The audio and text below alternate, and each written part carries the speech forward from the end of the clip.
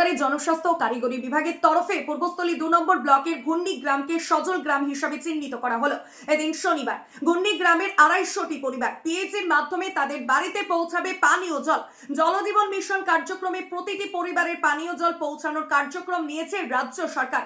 সেই মতন আজ শনিবার একটি অনুষ্ঠানের মধ্য দিয়ে গ্রামে পানীয় জল পৌঁছানোর পাশাপাশি গ্রামটিকে সজল গ্রাম হিসেবে চিহ্নিত করা হয়।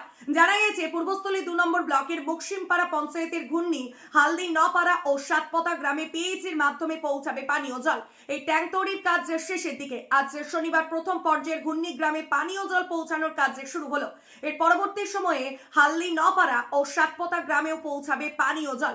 এদিনের এই কার্যক্রমে উপস্থিত ছিলেন পূর্বস্থলী উত্তরের বিধায়ক তপন চট্টোপাধ্যায়, পঞ্চায়েত প্রধান সঙ্গীতা মাঝি, পিএইচি দপ্তরের বিভিন্ন আধিকারিক সহ আরো অনেকে। প্রসেনজিৎ দেবনাথের রিপোর্ট, সুন্দর বাংলা নিউজ। ঘূর্ণি গ্রামকে মুকসিমপাড়া গ্রাম পঞ্চায়েত ঘূর্ণি গ্রাম সজল গ্রাম হিসেবে আজকে চিহ্নিত হলো।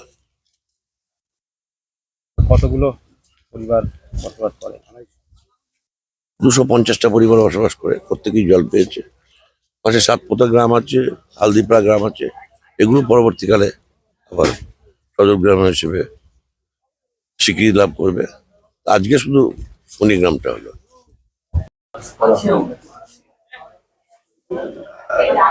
পশ্চিমবঙ্গ সরকারের জনস্বাস্থ্য দপ্তরের যে পিএইচি, সেখানে আমাদের সম্মানীয় বিধায়ক তপন চ্যাটার্জির ঐকান্তিক প্রচেষ্টায় আমাদের ঘূর্ণি গ্রামে একটা পিএইচি ট্যাঙ্ক এবং ঘূর্ণি হালদিপাড়া সাতপোতা এই 3টি গ্রামের প্রতি পরিবারের জল যাতে পায় তার জন্য একটা প্রকল্পের কাজ শুরু হয়েছিল। তার কাজ এখনো চলছে, কিন্তু আজ আমাদের ঘূর্ণি গ্রামটায় সজল গ্রাম হিসেবে ঘোষণা হলো।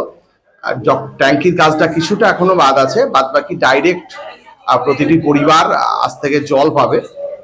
এই বিষয়টি সম্মানীয় বিধায়ক আজকে এসে এবং যাতে মানুষ তার খাদ্যের জল, পানীয় জলটা পায়, তার জন্য তিনি যে ব্যবস্থা করেছেন সেটাই আজকে এই ঘূর্ণি থেকে আজকে উনি ঘোষণা করলেন। কতগুলো পরিবার জল পাবে? এই প্রকল্পটার অধীন 3টি গ্রাম আছে, ঘূর্ণি, হালদিপাড়া এবং সাতপতা। ঘূর্ণি গ্রামে প্রায় 250 পরিবারের হাউসহোল্ড এই জলটা আজকে থেকে পাবে এবং হালদিপাড়া এবং সাতপতা পরে আস্তে আস্তে তারাও পরিবারের পিছু জল পাবে। এই জল পাওয়াতে কতটা অসুবিধা হবে? দেখুন, পানীয় জলের যে সমস্যা, তাতে এই জল প্রতিটি পরিবার পানীয় হিসাবে ব্যবহার করলে মানুষ তো ভীষণভাবেই উপকৃত হবে, কারণ আমরা গ্রাম অঞ্চলে বাস করি। জলের যে চাহিদা, আর দপ্তরের যেটা বারবার বক্তব্য যে এই জলটা শুধু পানীয় হিসাবেই ব্যবহার করা হোক। আমরাও গ্রামবাসীদের কাছে আবেদন রাখছি যে এই জল পানীয় হিসাবে ব্যবহার করলে প্রতিটি মানুষই এটা থেকে উপভোক্তারা সুবিধা পাবে।